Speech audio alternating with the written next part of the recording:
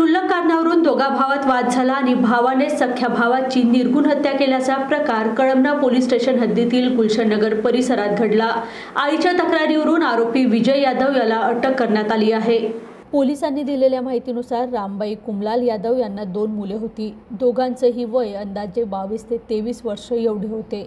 विजय आणि राजू दोघांमध्ये वाद झाला, शिवीगाळ झाली आणि शिवीगाळ का केली या किरकोळ कारणावरून विजय याने राजूवर विड्याने वार करून त्याची हत्या केली आहे। रामबाई यादव यांच्या तक्रारीवरून कळमना पोलिसांनी गुन्हा दाखल करून विजय यादव याला अटक केली आहे।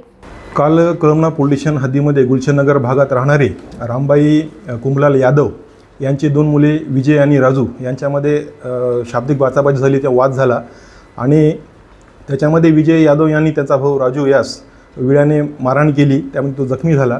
त्यास पुढील उपचारकामी मे हॉस्पिटलमध्ये भरती करण्यात आले होते। उपचारादरम्यान त्याचा मृत्यू झाला।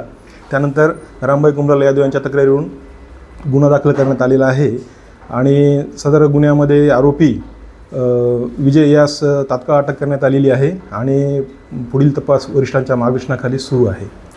दोघं जवळपास 22 ते 30 वयोगटातील आहेत आणि किरकोळ कारण घरामध्ये जेवायला बोलले त्या कारणावरून त्यांनी शिवगाळ केली।